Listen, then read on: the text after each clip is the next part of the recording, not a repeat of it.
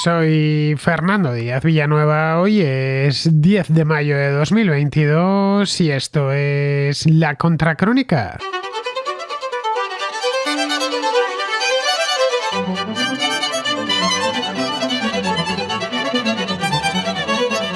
Se celebró ayer en Moscú el desfile del Día de la Victoria, que recorre todos los años la Plaza Roja en conmemoración de la victoria de la Unión Soviética sobre el Tercer Reich allá por 1945. El de ayer era un desfile muy esperado porque Vladimir Putin, que no se deja ver demasiado en público, de un tiempo a esta parte, asistió para presidirlo. Tras ello, se dirigió a los rusos en un breve discurso en el que afirmó que se había visto obligado a actuar en Ucrania, porque, según él, era inevitable un enfrentamiento con la propia Ucrania, un país que a su juicio está dirigido por neonazis respaldados por Estados Unidos.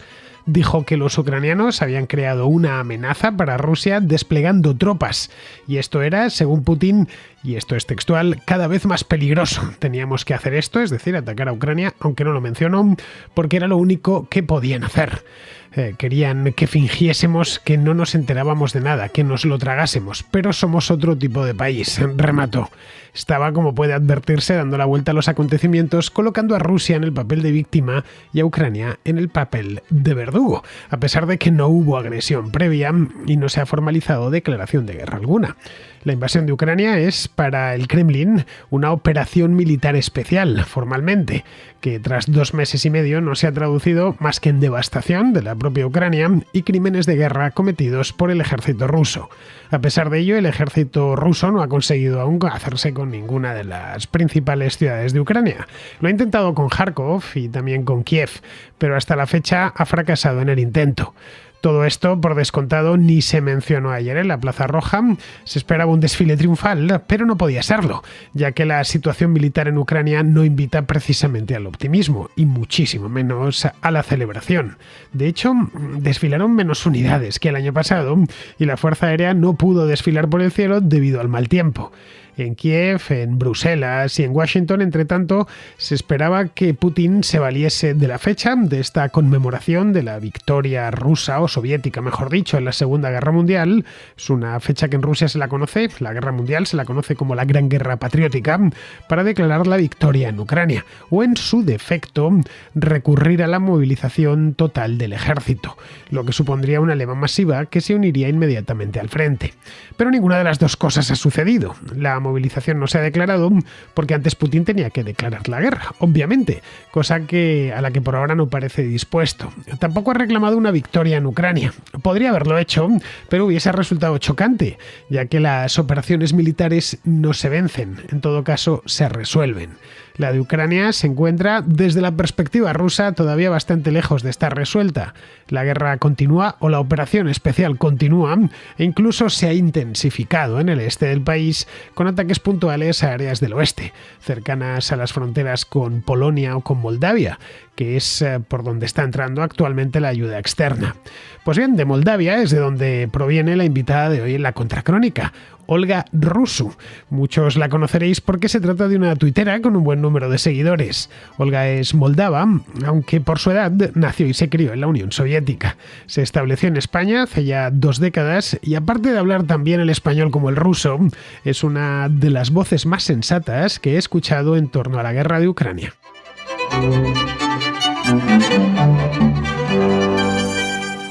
Como os decía hace un momento, tengo al otro lado de la línea telefónica. Me gustaría tenerla delante, pero es que está en Málaga y yo estoy en Madrid. Nos conocimos, de hecho, en Málaga hace apenas, 3 semanas, cuando anduve por allí en Semana Santa, y la verdad es que me cayó muy bien y me pareció una persona inteligentísima, culta, refinada, en fin, que todos los adjetivos buenos se me acaban con Olga. Ya la había tratado en Twitter, que es donde ella suele tener una presencia bastante grande. Le había comprado incluso a Olga un polo, sí, lo que escucháis, un polo. Olga es una mujer de múltiples saberes y uno de ellos es que tiene una empresa por internet que se llama Cotton Seeker, que vende los que probablemente sea, y ojo, lo digo con conocimiento de causa porque lo llevo puesto en este momento, me lo he puesto hoy en honor a Olga porque sabía que iba a hablar con ella, uno de los, quizá el mejor polo que he tenido en mi vida. Bien, pero luego hablaremos más adelante de Cotton Seeker. Primero vamos a hablar de lo que ha pasado hoy en Moscú, es decir, el desfile, la victoria y todas estas cosas, pero antes de nada, permitidme que os presente a Olga. Olga Russo. Muy buenas, Olga. Hola. Bien, Olga, ¿has visto por la televisión o internet o algo así lo que ha dado de sí lo de Moscú hoy? Poco. He intentado ver qué ha pasado. No he visto muchos vídeos. He leído un resumen de Izvestia y de RIA Novosti. Nada sorprendente.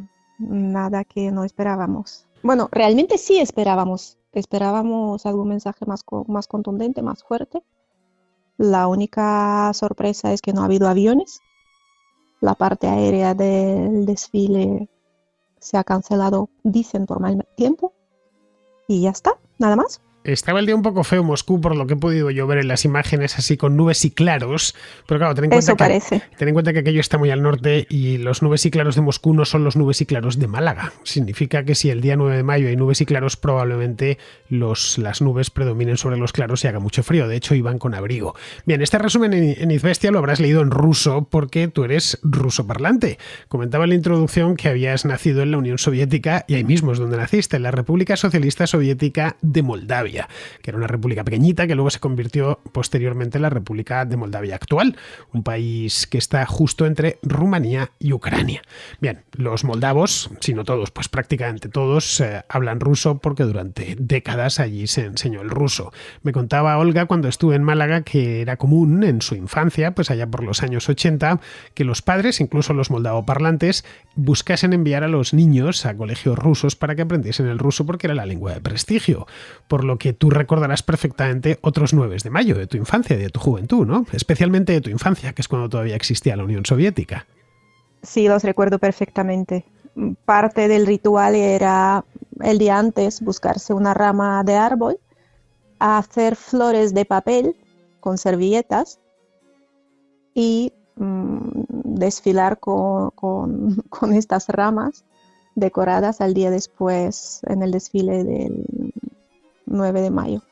El desfile se celebra en todas las ciudades. Bueno, tú lo celebrarías, claro, en Chisinau, que en aquel entonces tenía nombre en ruso. Yo recuerdo cuando estudiaba, tú y yo tenemos la misma edad, aparecía la capital, era Kishinev, la ponían en ruso, no en moldavo, que es una lengua, si no igual, muy parecida al rumano, desde luego, es una lengua de origen latino. Bueno, cuando me preguntan qué idioma es el moldavo, suelo decir que es el andaluz del rumano. No es del todo correcto, creo que es el mexicano. Digamos que la relación entre el moldavo y el rumano es la misma que la del mexicano y el español.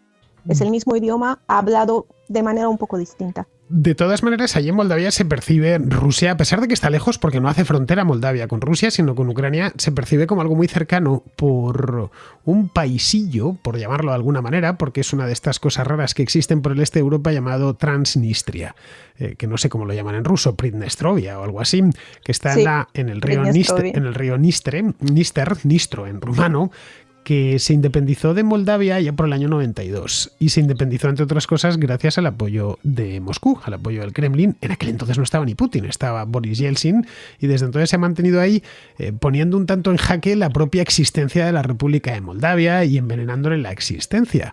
Bien, se ha hablado hace no mucho tiempo de los problemas que podría tener Moldavia el día de mañana. Bueno, el día de mañana puede ser dentro de un mes o de 2 meses si consiguen avanzar por el sur de Ucrania y alcanzar la frontera con Moldavia, porque en Moscú muchos quieren reconectar el Donbass y Crimea con Transnistria.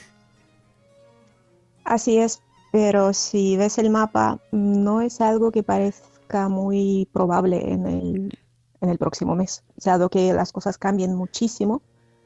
La distancia es que no consiguen ni tomar Odessa. No sé cómo van a llegar a Transnistria. Bueno, no consiguen ni siquiera tomar Mariupol, que tomarla del todo, quiero decir. Es que estamos hablando del sitio de Mariupol, pues yo no lo sé, desde mediados de marzo y vamos ya camino de mediados de abril, estamos a 10 de mayo hoy y nada, y siguen sin conseguir tomar Mariupol del todo. Están resistiendo unos cuantos ahí en Azovstal, que son una cerilla gigantesca que hay en esa ciudad, donde construyeron un dédalo de túneles que al parecer lo hace realmente complicado en el caso de de que un ejército enemigo quiera apoderarse de ello. Es decir, que si hay voluntad de resistir por parte de los mariupolenses, de los ucranianos, pueden resistir allí bastante tiempo.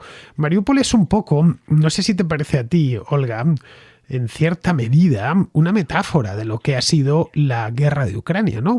Se han encontrado con una resistencia incluso en zonas que ellos decían que eran claramente prorrusas, donde el apoyo hacia el Kremlin era total. Mariupol no está cerca de Leópolis ni de la frontera moldava, está en el otro lado del país, entre Crimea y el Donbass. Debería haberle resultado más fácil, pero no está siendo así. ¿Tú por qué crees, tú que conoces la zona y además conoces Ucrania, por qué crees que está siendo así? ¿Por qué Putin se ha encontrado con tanta resistencia? Porque lo que intentaban presentar como un conflicto casi étnico no lo es. Es un conflicto entre dos proyectos muy diferentes de futuro. Ucrania ha decidido dejar de ser país totalitario. Ha decidido empezar un proyecto más parecido al del occidente de Europa. Y no hablo de aspectos económicos. Muchos lo presentan como la lucha contra el capitalismo, contra el comunismo, contra el capitalismo. No es así. Es la lucha entre un proyecto totalitario y uno que no lo es, un proyecto democrático. Eso mismo decía Zelensky ayer en un vídeo que hizo, muy bien escenificado ahí en Kiev, que básicamente lo que había no era una guerra entre dos países, sino entre dos cosmovisiones. Básicamente los ucranianos, y cuando digo ucranianos no me refiero a los que son étnicamente ucranianos, sino ciudadanos de Ucrania, rusos, ucranianos, judíos, moldavos algunos, lo que no quieren es que se les imponga algo. Sí, pero una de las cosas, fíjate, Olga, era que recurren una y otra vez, es a la de la opresión de la lengua rusa. Pero en Ucrania hay gente de distintas etnias o nacionalidades, todos hablan ruso, una parte de ellos hablan ucraniano y no había problemas. ¿Sabes? Cuando empezó la guerra, cuando empezó la invasión, repasé la cronología. Curiosamente, hasta el noviembre de 2013, toda esta época, cuando en Ucrania gobernaban líderes prorrusos, no había opresión. A finales del 2013 ganan los líderes pro-occidentales y meses más tarde de repente hay una opresión de la población rusoparlante tan fuerte que justifica una invasión de toda una región. Me parece muy extraño que en pocos meses la situación se haya vuelto insostenible, sí, como para justificar una invasión. En tiempos de Yanukovych nadie se quejaba en Moscú de que los rusoparlantes en Ucrania estuvieran oprimidos. Pero fue salir Yanukovych del poder en helicóptero, por cierto, porque tuvo que salir corriendo de Kiev después del Maidán y automáticamente empezaron a quejarse en Rusia los terminales propagandísticos del Kremlin que poco menos que los estaban masacrando. Llamaba la atención, cuando menos, teniendo en cuenta que muchos de esos políticos ucranianos a los que Moscú había señalado con el dedo eran rusohablantes de cuna. Caso, por ejemplo, si no muy lejos, de Volodymyr Zelensky. Básicamente los ucranianos lo que decidieron en 2013 es que ya no querían ser el chiringuito de los rusos, no querían ser tierra de corrupción, está la palabra rusa bespredel, sin normas, sin ley, querían otro proyecto. Y Ucrania tiene una población formada, una población culta, una población que ha viajado, una población capaz, que se siente capaz de cuidar de sí misma. Con lo cual habían decidido que querían otro tipo de camino. En cierta medida lo que han visto, no sé si conoces ese refrán español muy antiguo, que es cuando veas las barbas de tu vecino mojar por las tuyas, cortar por las tuyas a remojar. No sé si lo habrás oído alguna vez, pero en este caso el vecino sería Bielorrusia. ¿No crees que los ucranianos, o muchos ucranianos, temían verse bielorrusizados? Es decir, con un Lukashenko gobernando allí eternamente hasta el día de su muerte y convertidos en un vulgar satélite pobre de Rusia. No sé si eso es lo que tenían en mente. Yo creo que los ucranianos a lo que aspiraban es acercarse a Europa, porque esto se presenta como una lucha del occidente contra los valores tradicionales de Rusia, que son diferentes, que por cierto es un conflicto muy antiguo en Rusia, por lo menos, un debate muy antiguo en Rusia. Lo que les ha pasado a los ucranianos es que, y le pasa a cualquier persona del este de Europa, valoran la seguridad jurídica que tiene una persona en Europa, valora los derechos sociales, porque por mucho que digamos, incluso los partidos de derecha son realmente partidos bastante socialistas en el occidente. Lo que han visto es que la vida de una persona, la dignidad de una persona se respeta, cosa que ellos no han conocido en sus propios países. Y yo sé que en España mucha gente dirá, no es cierto, hay injusticia, no hay dignidad. En todos los países hay problemas. Simplemente no os imagináis cómo es la vida ahí.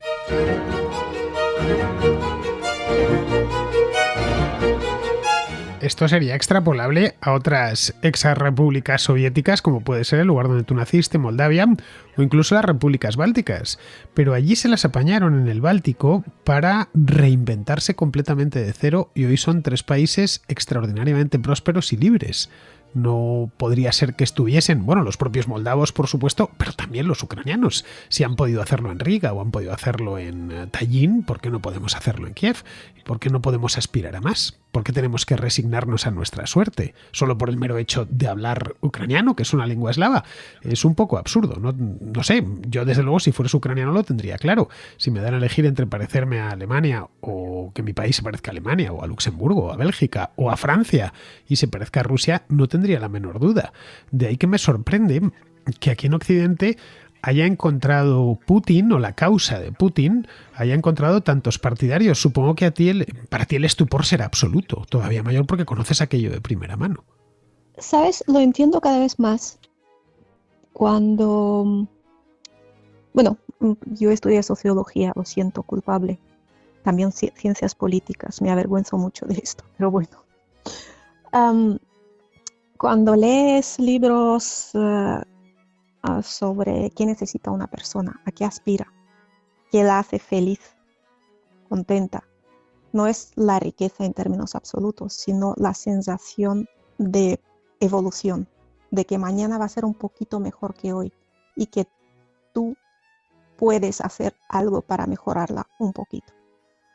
En el occidente, sobre todo en España, la sensación es de estancamiento, de que da igual lo que hagas, o no encontrarás trabajo o te van a ahogar a impuestos. En cierto sentido no hay proyecto. No sabemos a qué aspiramos mañana, pasado mañana, no sabemos a qué aspiramos para nuestros hijos. En cambio, en Ucrania cada día era un poquito mejor que ayer. Cada día había un poco menos corrupción. Cada día eran un poco más ricos. El trabajo que conseguían cada siguiente empleo era un poco mejor. Entiendo que para ellos es lo valioso de lo que estaban viviendo. Nosotros, en cambio, vivimos en este estancamiento y me parece lógico que haya gente que busque sueños más inspiradores y que puede ser más inspirador que cambiar el mundo, hacer una revolución. Bueno, cambiar el mundo en un país lejano, porque otro de los problemas que tenemos con el mundo eslavo es que no entendemos absolutamente una sola palabra. Ya nos cuesta en alemán, pues imagínate en ruso o en bielorruso o en polaco, qué sé yo. Y en el caso de ucranianos y rusos, además, es que escriben en otro alfabeto. De ahí que me llama la atención que estén comprando tanta gente, y en cierto modo hasta me indigna, no solo en España, en todo Occidente, incluyendo América, las dos Américas, la del norte y la del sur y la del centro, estén comprando un modelo parido en un rincón del mundo que no se caracteriza ni por la libertad que concede a los individuos ni la prosperidad que genera para ellos. Es decir, que a los ucranianos se lo quieran vender y se lo tratan de vender a través de cuestiones étnicas o nacionalistas, es que formamos parte de la, bueno, pues de la Rusia eslava y un gran futuro nos aguarda, pero que esto se lo intenten vender a un británico o a un estadounidense o a un holandés o a un español y que ese británico, holandés o español se lo compre entusiasta. Pues no sé si es porque están buscando, como dices tú, emociones fuertes o porque realmente lo que prometía Occidente no les ha terminado de convencer. Quizá cuando les falte, por ejemplo, la libertad de expresión, cuando les falte la seguridad jurídica, en fin, ciertas cosas que aquí damos por hechas, pero que no lo son en absoluto. Sabes, me hace gracia porque cuando la gente me hace preguntas sobre la vida en la Unión Soviética o cómo eran las cosas ahí, me doy cuenta de que no entienden hasta qué límite la situación era mala. Porque, no sé, me preguntan, ¿es cierto que no había papel higiénico? ¿Es cierto que utilizabais periódicos en vez de papel higiénico? Y es cierto. Y me doy cuenta que no se lo acaban de creer. Y también es cierto que a mí me cuesta creerlo ahora. Bueno, tú lo pudiste vivir, cierto es que de niña, pero todas esas cosas tienes, digamos, memoria histórica. En el caso de Moldavia, que te pilla a ti más de cerca porque naciste allí, es un país que en algunos puntos, no en el cultural, obviamente, porque del moldavo al ucraniano sí hay un trecho importante, pero el moldavo, para empezar, se escribe con caracteres latinos y si leemos algo en moldavo, que es lo mismo que el rumano, lo entenderemos prácticamente todo, pero sí desde el punto de vista social son países similares. Las insatisfacciones de los ucranianos son muy parecidas a las insatisfacciones de los moldavos. Luego a ti el problema ucraniano te habrá costado incluso menos entenderlo. No me ha costado nada entenderlo. Yo he visto esto, un proyecto. Gente que ha creído en un proyecto, no una quimera, no un sueño, sino algo que pueden conseguir con su propio trabajo y que una persona de cuya cordura estoy dudando, ha decidido que no se merecen vivir este proyecto, que no se merecen intentarlo. Esa persona te refieres a Vladimir Putin, ¿no? Sí. ¿Por qué crees, y ahora vamos a ponernos al margen del Día de la Victoria, por qué crees tú que lees en ruso y que lo entiendes a la perfección, cosa que ya me gustaría, pero necesitaría 2 o 3 vidas para aprender ruso? Cuando le ves por televisión, y claro, supongo que habrás oído hablar a Vladimir Putin cientos de veces, ¿cómo crees que ha podido cometer semejante error tan garrafal en la parte final de su vida? Porque Vladimir Putin no es un jovenzuelo, es un hombre que tiene ya más de 70 años, en circunstancias normales que le puede quedar, en el mejor de los casos, 10 años de mando en plenas condiciones físicas, y quizá estoy yéndome demasiado lejos, ¿no? Bien, ¿por qué se ha metido en esto? ¿Por una cuestión, ha sido un error de cálculo? ¿Lo ha hecho por una cuestión, pues casi de que quiere ver su proyecto cerrado antes de morir, dejarlo como el gran legado a esa Rusia eterna que él mismo se ha construido en su cabeza y que, por cierto, comparten más rusos de los que pensamos? A veces se nos olvida que esta campaña, la campaña Z, como la llaman, es popular. Cierto es, dicho sea en descargo del ruso de a pie, que apenas tiene acceso a otro tipo de información, pero vamos, que mucha gente está convencida de que era necesario, ¿no? Y que se tiene que recuperar Ucrania cueste lo que cueste.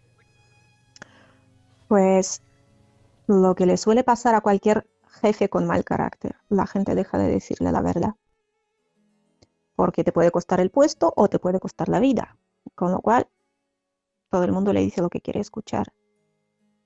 Y ese es el origen del error, claro. Que nadie ha querido decirle Vladimir o don Vladimir, no vaya usted por ahí porque se va a tropezar. Y claro, esto pasa, ojo, lo he comentado alguna vez en la Contracrónica, cuántas veces en una empresa, por ejemplo, sabemos que las órdenes que vienen del despacho del director general no son las adecuadas, pero nadie tiene pues lo que hay que tener para decírselo. Oiga, que es que nos vamos a dar un castañazo, porque la persona que diga lo del castañazo automáticamente o va a ser despedida o va a ser apartada, en fin, que que no merece la pena someterse a semejante desgaste. Y es muy probable que en la cúpula del poder ruso se hayan encontrado con el mismo problema.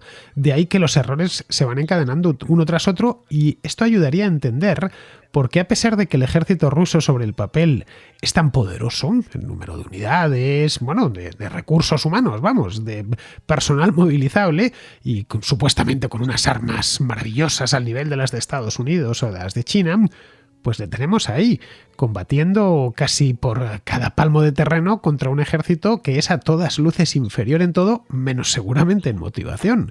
Es decir, que hasta las decisiones más tontas están condicionadas por eso que comentabas antes, ¿no? Que nadie se atreva a decirle la verdad al que manda. También es posible que haya habido errores de valoración de los espías de Putin, porque existe también el sesgo de confirmación. En Ucrania hay gente prorrusa. Quizás los que estaban encargados de analizar la situación en Ucrania preferían fijarse en esos elementos prorrusos que sí existen en Ucrania. Y probablemente han exagerado su papel. Es una hipótesis. Un poco lo que sucedió, no sé si leíste ayer una noticia un tanto desconcertante, que allá por el año 2017, cuando lo del proceso, acuérdate, pues apareció un tío desde Moscú, el enviado de Putin, no recuerdo el nombre, lo decía ayer en el directo, pero no se me ha quedado grabado, que le ofreció a Carles Puigdemont, antes de que declarase la independencia, aquella independencia tan rápida y que saliese huido hacia Bélgica, le ofreció 10.000 soldados y convertir Ucrania en un paraíso de las criptomonedas. Una cosa fantasiosa que, vamos, no se le ocurre ni a un guionista de estos de películas de James Bond. No tanto por los 10.000 soldados como por lo del paraíso de las criptomonedas, ¿no? Pero vamos, que probablemente también recibieron malos informes de inteligencia. Debió pensar alguien en Moscú que en Cataluña había alguien dispuesto a dejarse la piel en esto, es decir, el pellejo, a morir por el tema de la independencia de la República Catalana, o que había posibilidad siquiera remota de una guerra civil. Los que somos españoles sabíamos que era imposible, porque conocemos el país y nos conocemos a nosotros mismos, ¿no? Una guerra civil fue posible en el 36 porque la demografía de España era muy distinta a la de ahora, pero hoy por hoy, y en el año 2017 era imposible, pero en cambio en Moscú parece ser que se persuadieron de eso.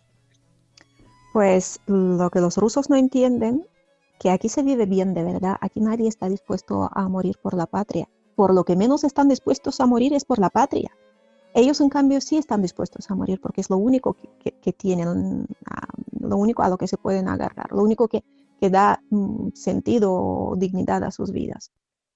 Pero eso después de un lavado de cerebro intensivo, como el que se ve a través de las televisiones rusas. Hay un programa, no sé si lo has visto, bueno, lo has visto porque yo he visto en tu cuenta de Twitter que comentas en algunas ocasiones, hay una que está loquísima, que habla además con un aplomo y una serenidad de las operaciones militares y de lo que se debería hacer en Ucrania, poco menos que asesinarlos a todos, y están allí como si fuera pues el programa este que tenemos en España, este de cotilleo, Sálvame, una especie de Sálvame bélico, no sé cómo se llama el programa en cuestión, yo veo clips subtitulados al inglés por lo general y me quedo maravillado, digo que esto lo están dando en Rusia en hora de máxima audiencia y que tiene audiencia, parece pues eso, que han juntado a 4 o 5 desequilibrados y los han puesto a hablar allí de locuras, claro.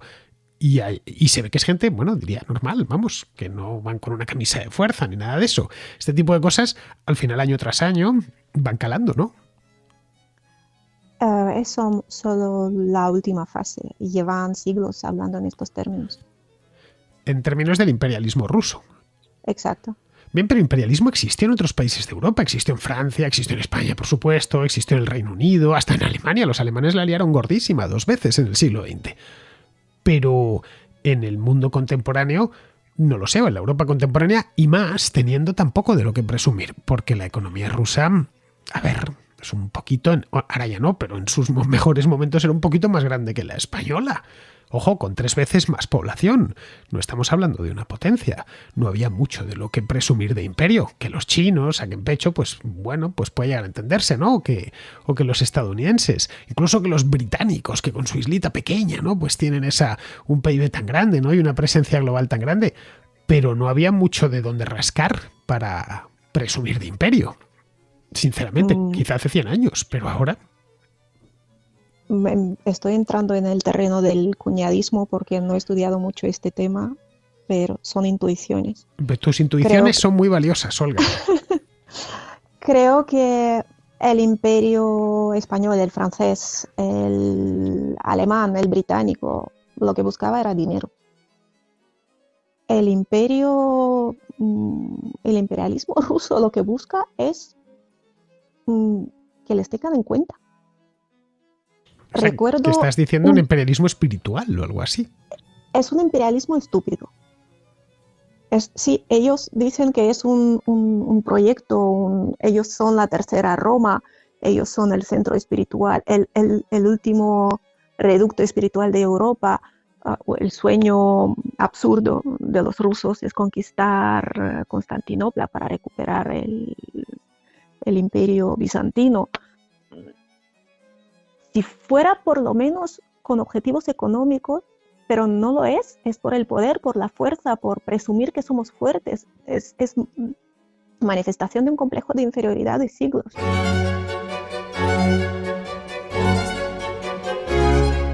Estas tonterías se decían también en España. Claro, hay que irse al siglo XIX, eso de martillo de herejes, luz de Trento, no sé si lo habrás, espada de Roma, ¿no? No lo habrás oído en alguna ocasión. Eso ya pero más retóricas que otra cosa. Sí. Es decir, lo decía eso era hacia el final del proyecto colonial bueno, no es colonial, imperial de España. Para Rusia, en cambio, este es el principio. Bien, pero a ver, esto tampoco tiene mucho sentido, no sé si te parece a ti. Bueno, tú naciste en el imperio, no en el ruso, pero sí en el soviético, y algo de eso te debería llegar, ¿no? Algo de ese, a pesar de que formabas parte de una nacionalidad que llamaba Lenin, en este caso la de los moldavos, pero el proceso de rusificación se llevó a cabo en todas partes, especialmente en las repúblicas socialistas soviéticas que estaban en el lado europeo. Las bálticas, bueno, en Ucrania les costó poco porque es parecida, pero las bálticas o Moldavia se encontraron con que la población local no era en muchos casos eslava de lengua. Los lituanos o los letones, bueno, los lituanos sí, pero no los letones o los estonios, y los moldavos tampoco, pero aún así el proceso de rusificación fue muy intenso. Bueno, ahí por eso hablas ruso tú, si no, no lo hablarías. Sí, son episodios un poco, bueno, que son historia dolorosa, pero es pasado. ¿Cómo se ha hecho la rusificación de un país como el moldavo? Pues llegas a una zona donde hay una gran mayoría de otra etnia que no habla ruso, les organizas una hambruna. A los que no se han muerto de hambre los mandas a Siberia, preferiblemente intelectuales, profesores, los que podían enseñar el idioma. Y cuando el país queda arrasado por estas políticas, traes a familias rusas, los pocos que han sobrevivido después de la Segunda Guerra Mundial, les enseñas la miseria y les dices, venga, vamos a civilizar a estos, mira, están comidos de piojos y se mueren de hambre por las calles. Vamos a traerles la luz del comunismo. Bueno, la luz del comunismo y de la rusidad. Eso es. Entonces el ruso se vuelve la cultura dominante, el idioma dominante, y tienes un pueblo dominante que está completamente convencido de que ha salvado a esta gente de la muerte segura. Con estas claves que nos estás dando, Olga, estamos, creo que poco a poco, metiéndonos en la mente de Vladimir Putin, en esa mente hoy por hoy enferma, de eso no me cabe la menor duda.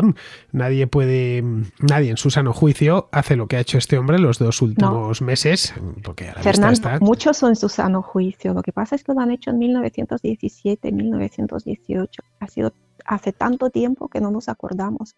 Pero hubo una época en la que una persona ha escrito que hay que matar a 1000 campesinos, a los que más dinero tenían, los que mejor se le daba la agricultura y más prósperos eran. Hay que colgarlos de los árboles para que todos los demás lo vean y se asusten y acepten el proyecto de colectivización. Bien. Eso fue hace mucho tiempo, parece irreal, años, pero sí, es que claro, ahora está pasando lo mismo. Las colectivizaciones de Lenin y después posteriormente de Stalin, pero ahí estábamos con antifanáticos ideológicos. Pero Putin no daba esa talla es que no ha llegado ayer. Bueno, es que pues no es un fanático. Pero no sé, colonial o imperialista. pero lleva 20 años en el poder, Olga. 22, exactamente. Pues Ha esperado 20 mira, años a quitarse la careta. otra cosa que he hecho, yo es que no recuerdo esa cinta naranja y negra, la cinta de San Jorge, no la recordaba yo mencionada con tanta insistencia cuando era niña. Visualmente la recuerdo porque era parte de pues, tarjetas de 9 de mayo que se vendían en los kioscos o yo qué sé, cosas así de propaganda, pero no recuerdo que nadie la nombrara con esta insistencia. Y fue esa herramienta de Google que te permite buscar la frecuencia de la mención de un término en los libros. Y el término cinta de San Jorge empieza a mencionarse con mayor frecuencia a partir de los 90. O sea, básicamente a partir de que Putin empezó a dirigir Rusia. Pero es porque necesita nuevos reclamos espirituales una vez desaparecido el del comunismo o el de la figura del zar. Se ha recuperado. Hace no mucho hice en la Contracrónica un programa sobre la Iglesia Ortodoxa y el papel que ha tenido en todo esto, en este despertar imperial de Rusia. Y buscar, bueno, San Jorge es un referente religioso a fin de cuentas, buscar elementos sobre los que tratar de aglutinar de nuevo esa comunidad, ¿no? Ya no puedes sacarlo hacia el martillo, más allá del día 9 de mayo que paseas la bandera de la victoria y poco más. Ningún ruso creo que se vaya a poner, ningún ruso, hay una minoría, pero no una mayoría de rusos se van a poner de nuevo a tomar el Palacio de Invierno. Ni van a ir. Cierto, pero necesitas algo para justificar el carácter especial de tu pueblo. ¿Qué te hace especial?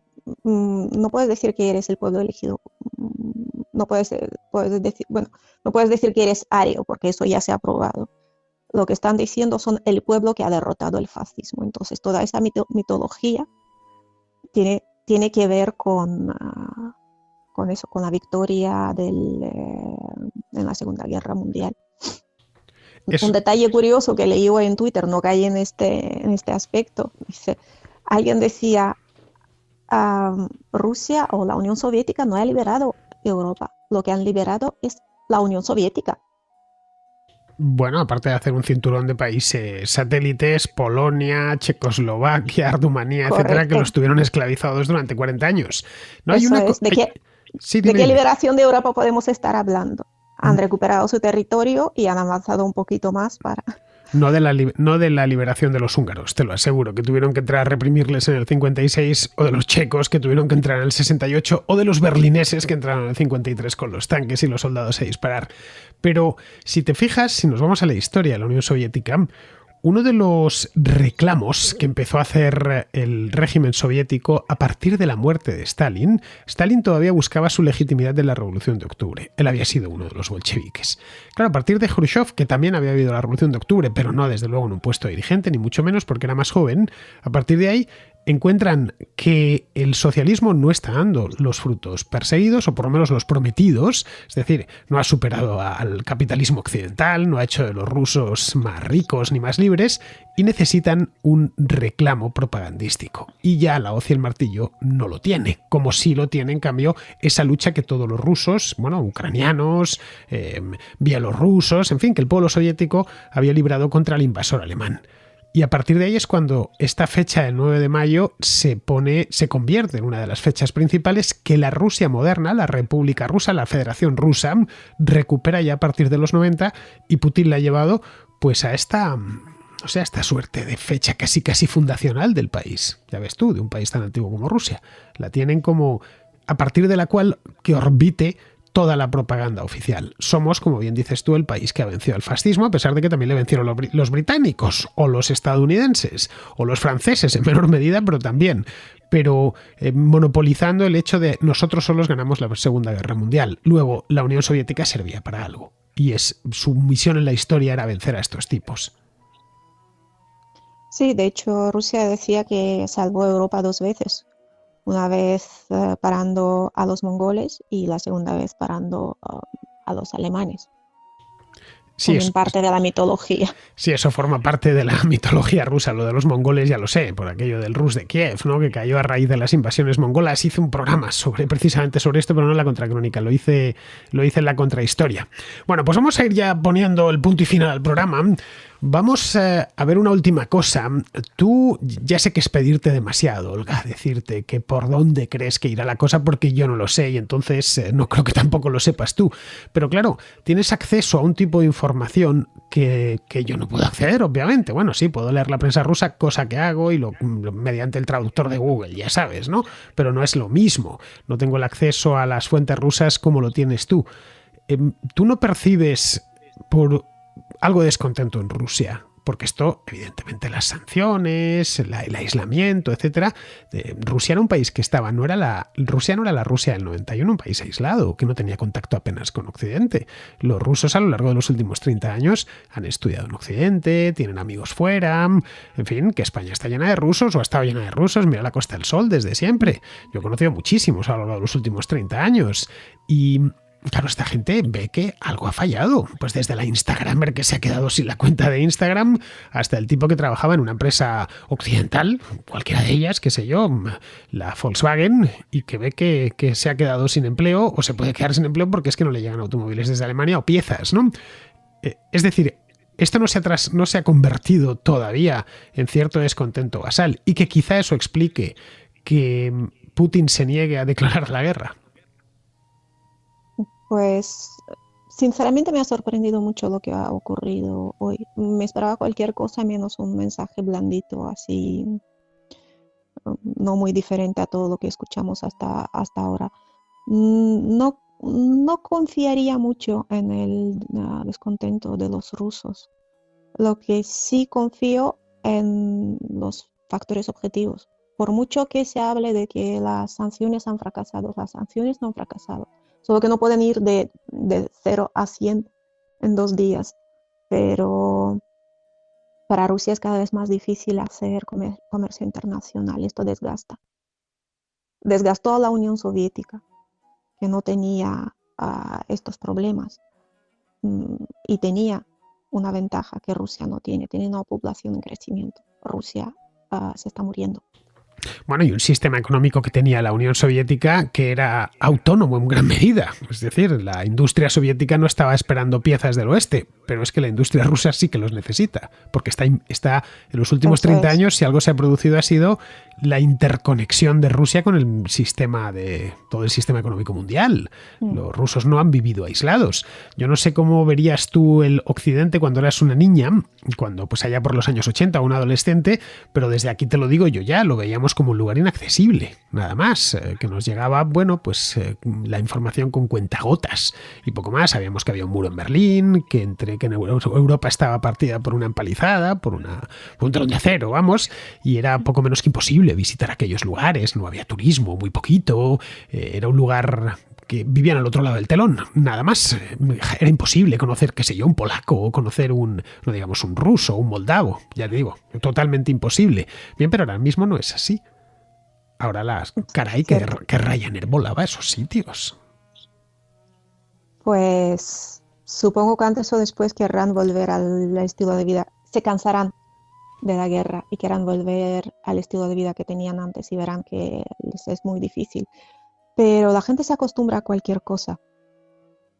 La gente se acostumbra a vivir en una dictadura, se acostumbra a vivir con guerra, se acostumbra a ser pobre, se acostumbra a muchísimas cosas que 2 días antes le parecían impensables. Lo que sí es objetivo es el desgaste de Rusia. Es inevitable. Empezando por el desgaste de su principal líder, que como he dicho antes ya es mayor. Y además en el caso ruso, las élites moscovitas tienen más importancia de la que pensamos. No sé quién decía aquello, que cuando decimos Rusia en el fondo estamos diciendo Moscú, pero no nos damos cuenta. Al final todo se despacha muchas veces tras los muros del Kremlin, y esto es así desde tiempos de los zares. Bueno, los zares ya sabes que desde Pedro el Grande se fueron a San Petersburgo, pero antes estaban en Moscú, y cuando no estaban en Moscú estas intrigas se hacían se hacían en la propia ciudad de San Petersburgo. Todo se despachaba y todo se cocinaba allí. Podríamos encontrarnos con algo parecido. que otras clientelas diferentes vean que Putin empieza a ser un problema para sus intereses. Yo confiaba que es lo que ocurriría. Quizás lleva más tiempo, no es inmediato, no es al día después de que te cancelen la tarjeta de crédito de un banco occidental. Quizás necesitan tiempo para organizarse y para ponerse en marcha. Pero no sé si sería bueno, porque el lugar de un dictador lo ocupará otro. Quizás lo que sería más, bueno, es un poco inmoral hablar en estos términos, porque cuando dices, quizás nos interesaría más que la guerra dure mucho tiempo para que Rusia se desgaste y que caiga, pero eso significa vidas. Sí, vidas y la destrucción de un país. La destrucción de un país y muertes. Y no sé. Sí, claro, yo desde luego prefiero sinceramente que se mantenga Putin en el poder y que la guerra se acabe mañana, pero eso sí, que no se acabe con una derrota ucraniana, que al menos los ucranianos puedan repeler la invasión. Es lo mínimo que puede uno esperar por gente que se ha visto sometida pues a una salvajada semejante. Es fácil meterse en su piel y entender por qué están luchando. Bien, pues ya con esto terminamos, que nos hemos puesto a hablar, Olga, y nos han dado las 1000 y nos dieron las 10, como en aquella canción de Sabina. Bien, las 10 no, pero las 40 sí, llevamos ya más de 40 minutos hablando. Oye, ha sido un placer tenerte aquí hoy, de verdad. Igualmente. La próxima vez vienes para hablar de Moldavia, ¿eh? Pues tendré que estudiármelo. ¿Cómo no vas a tener? Si es tu país, Olga. Por supuesto, me lo tendré que estudiar, ¿no? Porque sabes que Moldavia al final, ya ves tú, estaban tratando de sacar la cabeza y al final les van a terminar dando un martillazo a los pobres. No se esperaban una cosa así. ¿Sabes? Creo que el Euromaidán, que fue un evento muy traumático para Ucrania, tuvo un papel muy importante porque los ucranianos se vieron capaces de decidir por ellos mismos. Y esta guerra es aún más traumática. Está muriendo muchísima gente, pero va a ser ese evento que hará imposible la vuelta al pasado para los ucranianos. Sí, claro, se la están jugando a todo o nada. Me da la sensación que Moldavia todavía no ha tenido ese evento. Y también me da la sensación de que, y te lo digo con muchísima tristeza, yo creo que nadie en Moldavia apuesta de verdad por Moldavia, porque hay gente que apuesta por la unión con Rumanía, hay gente que se siente más cercana a Rusia, todo el mundo tiene 2 pasaportes, el moldavo y el rumano o el ruso. Entonces, me da la sensación que todo el mundo vive en una situación así de provisionalidad, de, bueno, hoy Moldavia existe, a saber qué va a pasar mañana. Y me da pena. Lo mismo le cambian el nombre al país, lo llaman Besarabia, como antiguamente, quién sabe. Pues es un nombre al que le tengo mucho cariño. Y es bien bonito, por cierto, es un nombre precioso, de estos del este de Europa, Besarabia. Sí. Bueno, ya sabes, parece a beso en español. Y entonces ya de entrada, y se escribe con B además, de entrada suena muy bien. Hablando de besos, un amigo mío que se dedica a la publicidad en Moldavia inventó una manera para enseñarle a los extranjeros cómo se dice el nombre de mi ciudad. Porque a todo el mundo le resulta muy difícil aprender que se dice Chisinau. Entonces hizo una campaña que decía que se pronuncia como Kiss Me Now. O sea, mira. Dame un beso ahora. Vale. Chisinau es la capital de Moldavia. Lo digo para los que no lo sepáis, que decía yo al principio que los rusos, que en los mapas que yo estudié de niño ponía Kishinev, que lo ponía en ruso, no en moldavo. Yo, por supuesto, estaba convencido que esa parte se hablaba ruso. Luego ya me enteré de mayor que no, que allí se hablaba rumano en esencia. Bien, pues ya vamos a terminar. Muchas gracias de nuevo, Olga. Gracias, ya sabes, para lo de Moldavia te espero. Y nosotros, entre tanto, nos vamos con Pizarro, que nos va a hablar pues de lo que nos tiene que hablar hoy, del tema de los videojuegos. Los videojuegos están diseñados para captar y retener jugadores, con estructuras que tientan los mecanismos de activación de las rutas dopaminérgicas, que convierten la actividad en placentera al realizarla y al recordarla, instando a la repetición. Opciones con decisiones fáciles y recompensa inmediata. Juegos sin fin con recompensas que esperan hasta que uno se reconecte. avatares cuyo anonimato incentiva a la desinhibición, socialización como pertenencia o como competición. Los NFT ponen en el cóctel pro-adictivo la posibilidad de arruinarse. Nada es obligatorio y lo que pasa en Las Vegas se queda en Las Vegas. Pero cuando tienes Las Vegas en casa, la cosa cambia. Un cordial saludo de Pizarro. Para los que no lo sepáis, Pizarro es médico, así que sobre esto habla con absoluta propiedad, tal y como acabáis de escuchar. Así da gusto, la verdad. Bien, pues con esto espero que os haya gustado este primer programa que he hecho con Olga. Espero hacer más en el futuro, a ser posible en persona, pues ya sabéis los problemas con el teléfono, que uno pues no tiene a la otra persona delante, pero cuando uno está en Málaga y el otro en Madrid, pues tenemos que hacerlo por teléfono porque no nos queda más remedio.